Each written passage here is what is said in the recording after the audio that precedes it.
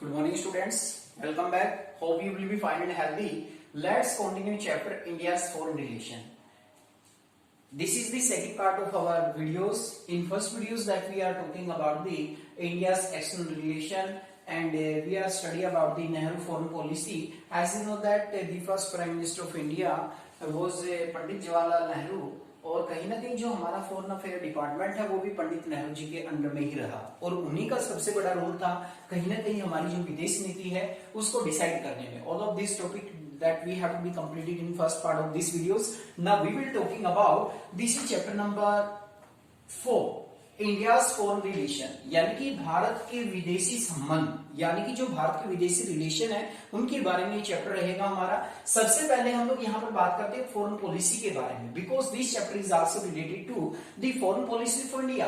As you know that India get independent in 15 August 1947 and after independence that Pandit Nehru ji was the first prime minister of India which have to be decided the foreign policy of India. So here we are talking about the major features and major objective of the foreign policy of India. यहाँ पर हम लोग India की जो foreign policy है India की foreign policy के जो मेन ऑब्जेक्टिव हैं उनके बारे में हम लोग कंप्लीट स्टडी करेंगे. In that last videos that I have to explain also the some topic that were deleted by the CBSE board. So let's continue about the topic India's foreign policy. First of all, I would like to define what is the meaning of foreign policy. Foreign policy का meaning क्या है यहाँ पर देखिए foreign policy का meaning क्या होता है.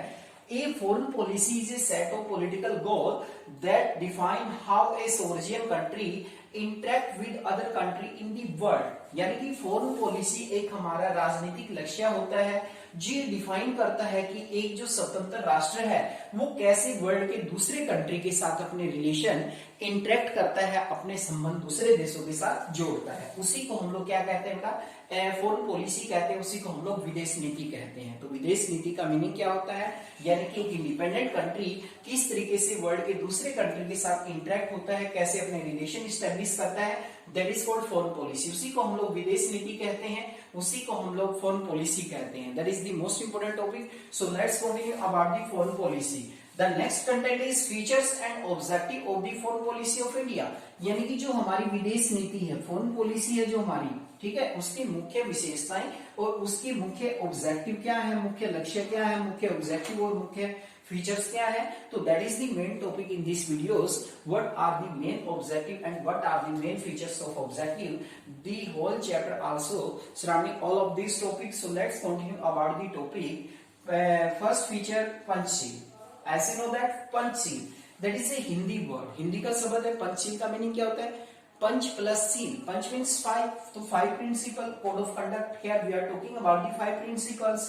अब ये जो पंचशील का जो फॉर्मेट था, पंचशील का जो प्रिंसिपल्स है, that was given and that was an agreement between India and China. You can से एक इंडिया और चाइना के बीच में एग्रीमेंट हुआ था, India and China.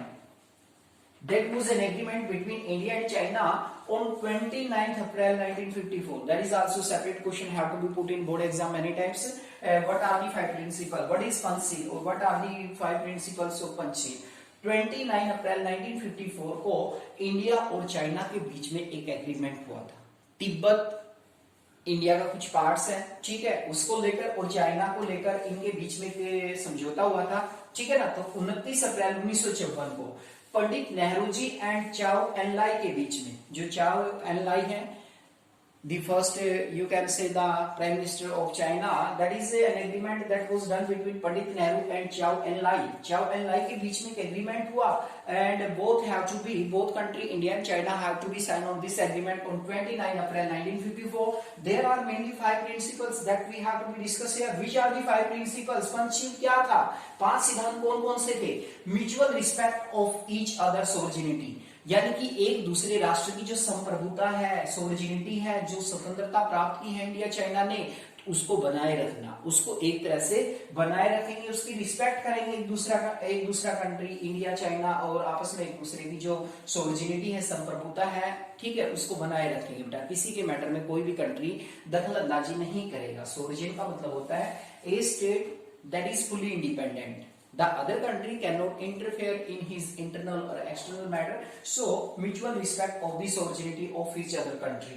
The second principle is mutual non-aggressions, यानी कि कोई भी कंट्री एक दूसरे के प्रति कोई भी हानि पहुंचाने का प्रयास नहीं करेगा, ये एक दूसरे को नुकसान पहुंचाने का प्रयास नहीं करेगा. नॉन इंटरफेरेंस, यानी कि किसी प्रकार की कोई भी दखल अंदाजी नहीं करेगा. एक कंट्री दूसरे कंट्री के बीच में, चाहे वो इंटरनल मैटर है चाहे वो एक्सटर्नल मैटर है, किसी प्रकार का कोई इंटरफेरेंस नहीं करेगा. इंडिया चाइना के रिलेशन बने रहेंगे ताकि एक दूसरा कंट्री इनमें इंटरफेयर ना करेगा. इसमें equality and mutual benefits, equality का मतलब होता है समानता, एंड म्यूचुअल बेनिफिट्स का मतलब होता है यानी कि साझा लाभ होना चाहिए, यानी कि समानता बनाए रखेंगे. और ऐसा मतलब पॉलिसी हम लोग एडॉप्ट करेंगे जिससे म्यूचुअल बेनिफिट्स हो, साझा लाभ हो, किसी भी कंट्री को ज्यादा बेनिफिट्स ना हो, दोनों कंट्री को बेनिफिट मिले इससे. पीसफुल को एक्सिस्टेंस, पीसफुल कोएक्सिस्टेंस का मतलब होता है शांति सह अस्तित्व को बनाए रखना. As you know that India is also follow the principle of peaceful, शांति को हमने फेवर किया था. तो पीसफुल कोएक्सिस्टेंस का मतलब है शांति सह अस्तित्व बनाए रखना, किसी भी कंट्री के ऊपर हमला न करना. These 5 principles came to be known as the name of 5 principles, that is a agreement between India and China इन 1954. एक एग्रीमेंट था बेटा जो बड़ा ही इंपॉर्टेंट एग्रीमेंट रहा. ये एग्रीमेंट इंडिया और चाइना के बीच में था. These are the 5 principle that are the base of the India's foreign policy, यानी कि यही हमारे 5 सिद्धांत थे जो इंडिया की फॉरेन पॉलिसी के बेस माने जाते हैं, आधार माने जाते हैं. This question have to be put in board exam many times separately. Separate questions भी आता है. What is Panchsheel, what are the 5 principles of Panchsheel, Panchsheel के कौन कौन से सिद्धांत है.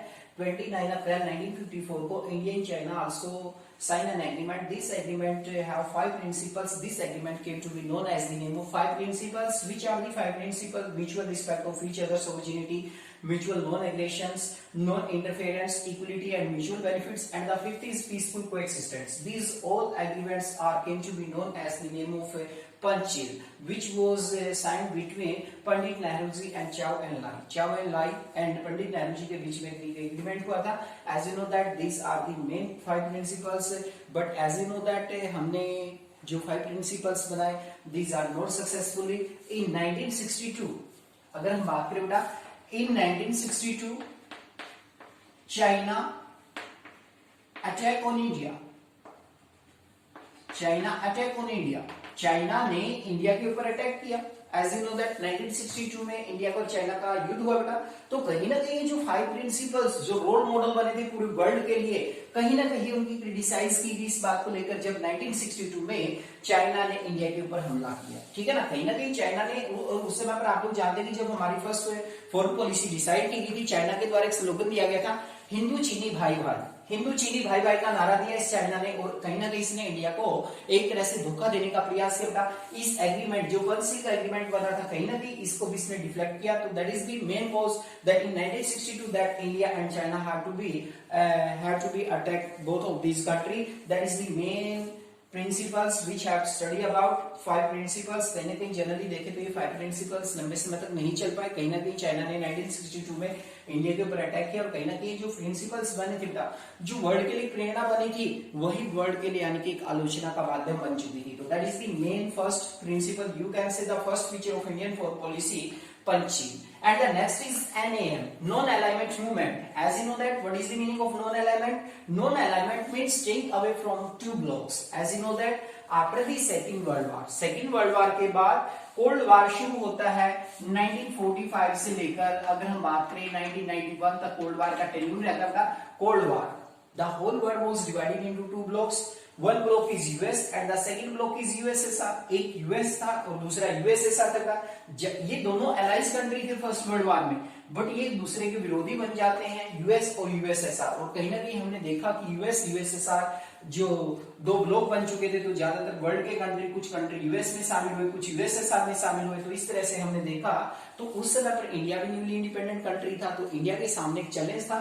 तो पंडित नेहरू जी ने जो हमारी मेन पॉलिसी बनाई था, वो NAM पॉलिसी थी, नॉन अलाइनमेंट पॉलिसी थी. वर्ल्ड के सामने एक थर्ड ऑप्शन, यू कैन से the third option is non alignment movement. तीसरा ऑप्शन था ये NAM. तो ज्यादातर कंट्री हैं, कुछ कंट्री बेटा जिन्होंने NAM को फॉलो किया, that they are staying away to join with other group, यानी कि उन्होंने दूसरे ग्रुप के साथ ज्वाइन होने से अवॉइड किया.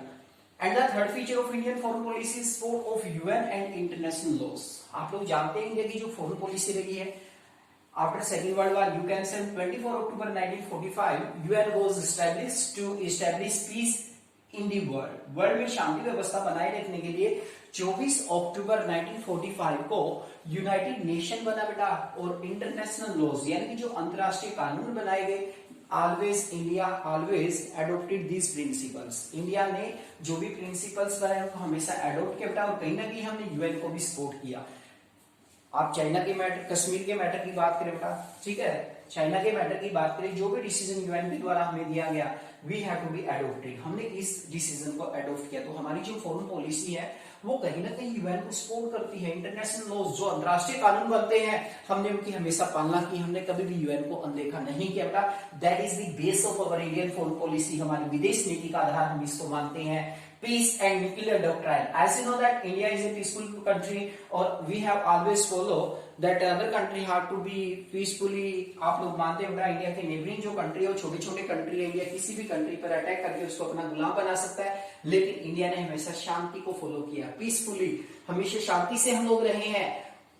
वर्ल्ड में जब डॉक्ट्राइन पॉलिसी को अडॉप्ट किया गया, डॉक्ट्राइन को बोलते बेटा निशस्त्रीकरण, यानी कि शस्त्र त्यागने की जो नीति बनाई गई थी वर्ल्ड के द्वारा, तो उस समय पर भी इंडिया ने कहा, यानी कि जिन कंट्रीज के पास न्यूक्लियर वेपन्स है वो उनको त्याग दे, तो इंडिया भी किसी प्रकार का कोई न्यूक्लियर डॉक्ट्राइन या न्यूक्लियर जो एक्सपेरिमेंट है वो नहीं करेगा। लेकिन ऐसा नहीं हुआ।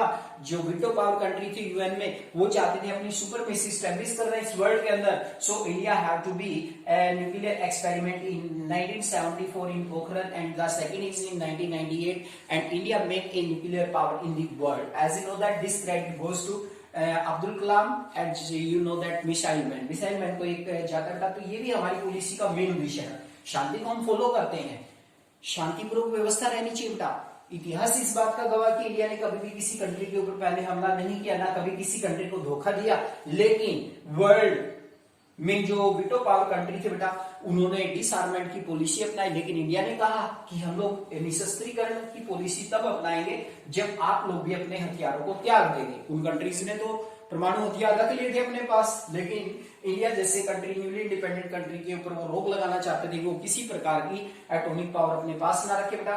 तो these are the main features of the Indian foreign policies. तो ये थी बेटा इसमें मेन फीचर हमारी इंडियन फॉरेन पॉलिसी के बारे में, और ये आप लोगों का चैप्टर कंप्लीट होता है। द नेक्स्ट टॉपिक जो डिलीट हुए बेटा, as you know that in COVID-19 situation that some topic you can say that 30% of syllabus have to be removed in your syllabus। तो जो टॉपिक यहाँ पर रिमूव किए हैं कौन कौन से बेटा, India's relation with neighbouring countries, यानी कि जो इंडिया के रिलेशन थे अपने नेबरिंग कंट्री के साथ। पाकिस्तान, देखिए Pakistan relationship, Bangladesh, Nepal, Sri Lanka and Myanmar, you can से बर्मा, म्यांमार को बर्मा के नाम से भी जाना जाता है। तो हमारी जो नेबरिंग कंट्रीज है उनके साथ जो रिलेशन थे, जो बोर्ड परीक्षा इसमें क्वेश्चन भी इन्हीं से आता था ज्यादातर क्वेश्चन, कि जो हमारे फॉरेन जैसे India explain the India China relation, India Pakistan relation, India Bangladesh relation, ठीक है ना, like that all of this topic have to be remove from these books in this topic. So that is the most important India's foreign policy, and what are the main features and what are the main objective of this foreign policy.